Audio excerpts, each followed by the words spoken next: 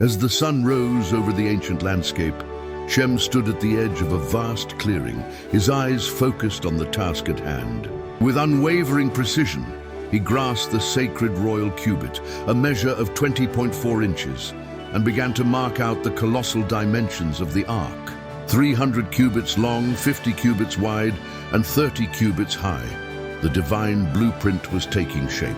Nearby, his brothers stretched rope lines and drove wooden stakes into the earth, creating a perfect rectangular outline.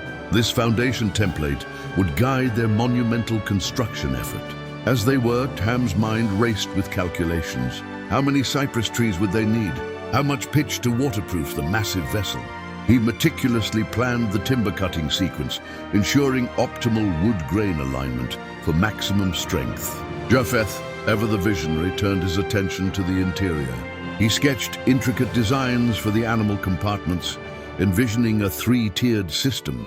The lower deck would house the largest mammals, with the middle reserved for medium-sized creatures and the upper level dedicated to smaller animals and birds. Shem's expertise in livestock management proved invaluable as he designed spacious stalls for cattle, horses, and other large beasts. He incorporated drainage channels to keep the animals dry, sturdy feeding troughs, and ensured ample headroom for even the tallest creatures. Shem meanwhile tackled the critical issue of ventilation.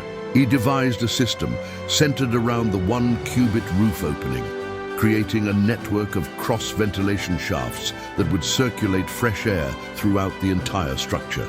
No animal would suffer from stale or fetid conditions on his watch. Japheth's passion for detail shone through in his aviary designs. He crafted intricate perching systems and nesting areas, organizing them by species size. Specialized feeding stations would ensure that even the smallest birds would thrive during their long journey. As construction progressed, the brothers turned their attention to the practical matters of sustenance and sanitation. They calculated the exact storage space needed for hay, grain, fruits, and preserved meats. Efficient feeding corridors were integrated into the design, allowing for the daily care of their precious cargo. Waste management was a top priority.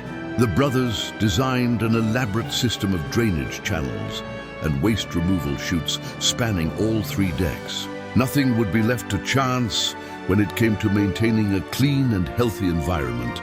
With the structural elements in place, they focused on the delicate task of species organization. Predators would be safely separated from prey, while compatible animals were grouped together.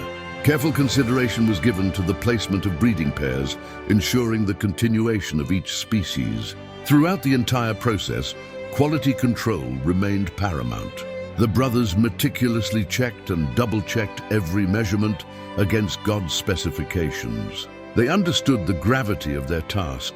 The comfort and survival of every animal depended on their attention to detail.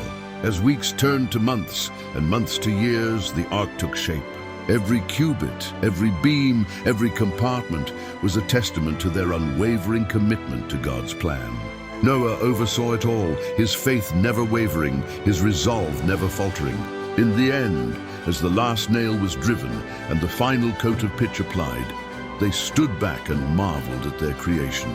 It was more than just a ship. It was a floating ecosystem, a sanctuary designed to preserve life itself. And as the first raindrops began to fall, they knew with certainty that they had achieved something truly remarkable. Noah had done everything just as God commanded him, through meticulous planning, precise measurement, systematic construction, and comprehensive animal habitat design. The ark stood ready, a perfect execution of the divine blueprint.